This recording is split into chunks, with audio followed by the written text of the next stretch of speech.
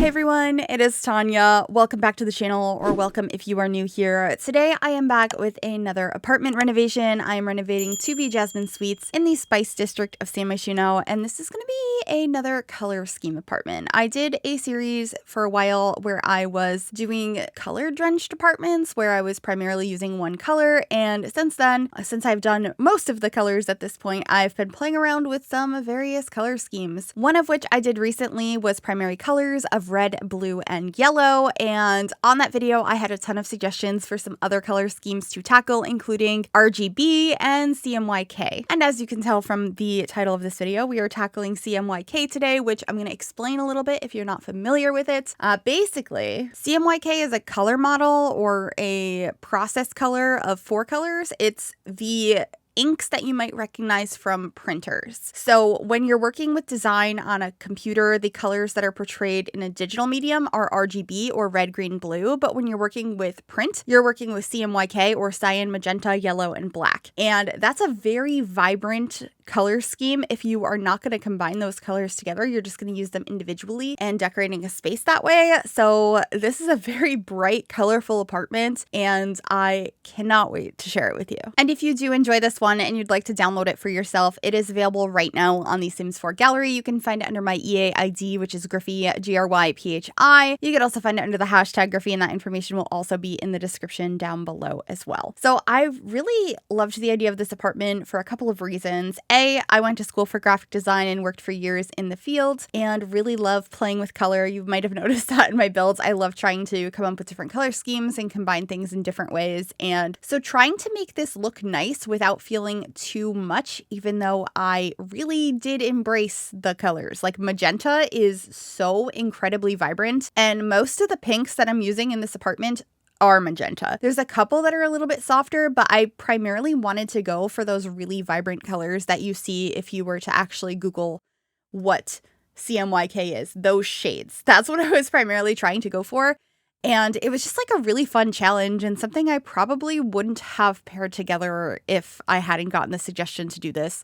Unfortunately, I don't remember where the suggestion is, and I didn't clip it, so I can't give exact credit, but thank you to whoever had suggested it, and keep the suggestions coming. I'm excited to do some more builds. I'm currently in the midst of pre-recording for TwitchCon, so building a lot of stuff right now, and it's been a lot of fun. This is definitely the brightest thing because I'm using this wildly vibrant pink wall from Lovestruck, and it's a lot. I end up using a couple of different swatches of that particular wallpaper throughout this house, or throughout this apartment, and because this is inspired by a printing color and heavily associated with design, I decided, of course, that this sim was probably going to be working as some sort of graphic designer or interior designer. I thought that could be fun. So they don't actually have a dedicated office space. They just have a couple of things that I'm going to end up putting on their dining table for them to work off of, because I imagine that there are 2 Sims living here, and one of them that is, the person with that career has the primary bedroom, and the other bedroom is for their younger sibling, and they have a very vibrant, colorful bedroom as well. I had a lot of fun decorating it. I also decided to put this record player behind the couch. I do not think this is going to be functional here. I did not playtest the record player, but I really just put it there for aesthetics, because in real life that would be convenient placing. You can just turn around while you're on the couch and play something. I just thought it looked really cute, so that's what I ended up doing. And then over on this wall, I'm going to be using these beautiful pieces of art and this vibrant yellow side table to put the TV on. I went for a mixture of styles in here. It's definitely more of like a maximalist interior, and I was actually really happy that I got to use black in here because I felt like it helped to break up some of the vibrancy in this apartment. Obviously, it's still very bright, but I think it would have been a lot harder to look at, and I might not like it as much if I was only using the yellow, the cyan, and the magenta. The black really, really helped out in here. At least I think so. Let me know what you think. And also, if you think I should do an RGB inspired apartment, I feel like that color scheme would be a little bit difficult to pull off, but it might be fun. Anyway, the living room is coming together now, at least this side of it. The other side is going to be where we have a dining space. There's not a separate dining room in here, but I do have a table and chairs over on this side. I don't actually end up keeping this table. It stays here for a while, but I ended up wanting to put a computer on here And I believe the one I used is the one that looks like a tablet from the Pastel Pop Kit, which I used a ton of that kit in this build. But the mat that the computer is on, or the mouse and the keyboard are on, hangs off the edge of this because it's a rounded corner. So I do end up changing the table because I did not like how that looked. It looked very unrealistic. And I was also really excited because I realized that these paintings from Tiny Living were pretty close to the colors I was going for. The yellow and the cyan are pretty correct.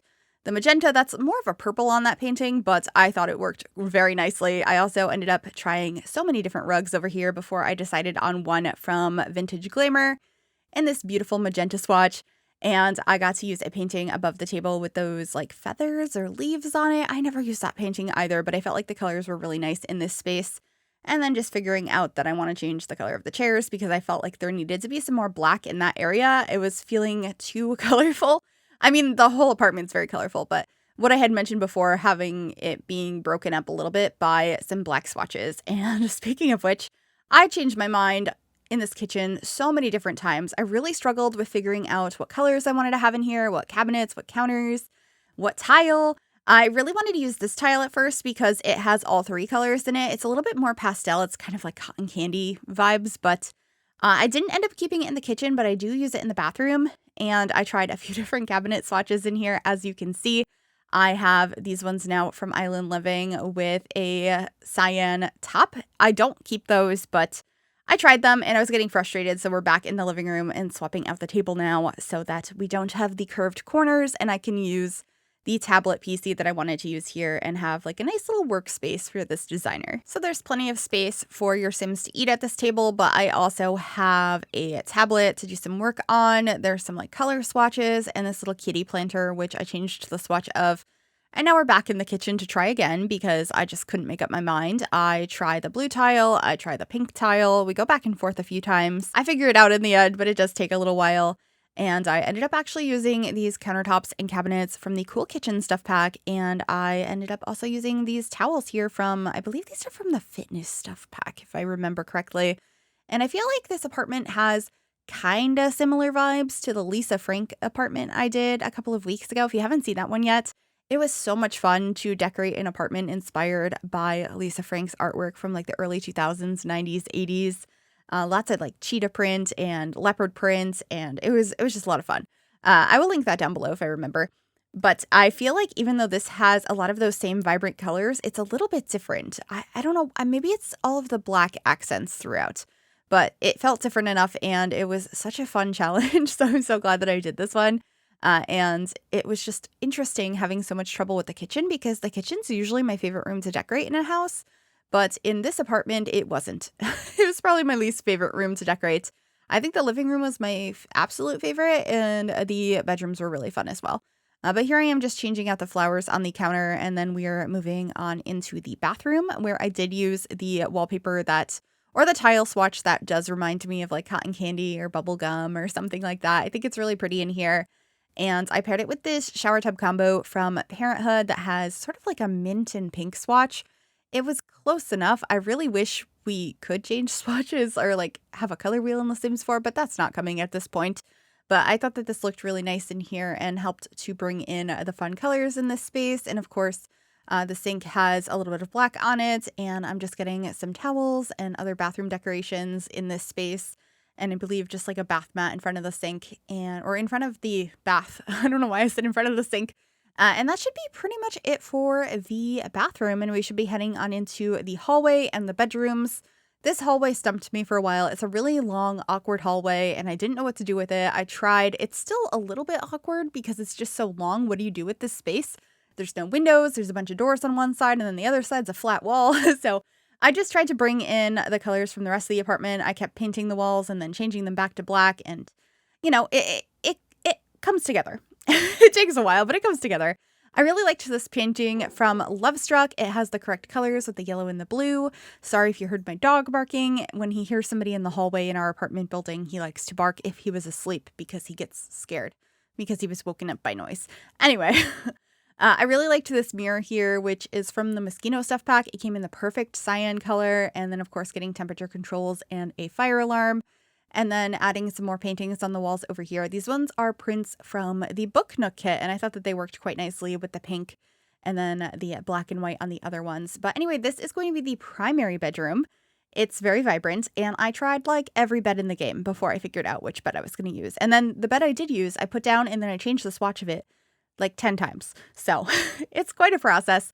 This room felt overwhelming in the colors, and so it just took me a really long time to get there. I think it works. I'm not sure it works as well as the living room does, but I think that's because we don't have as many swatches in the game as I would like.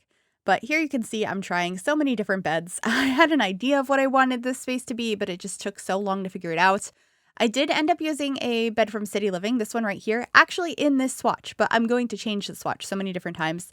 And then I'm using these pillows from the Little Campers kit and using the tool mod to raise them up and rotate them ever so slightly to cover the pillows on this bed to get rid of the purple, because I didn't really need the purple in this color scheme. I needed the yellow, the pink, and the blue. So that's what I'm doing here, and then starting to play around with rugs, trying to figure out which one would work best here, and I ended up using these modular pieces as side tables, much like I used in the living room for some additional storage.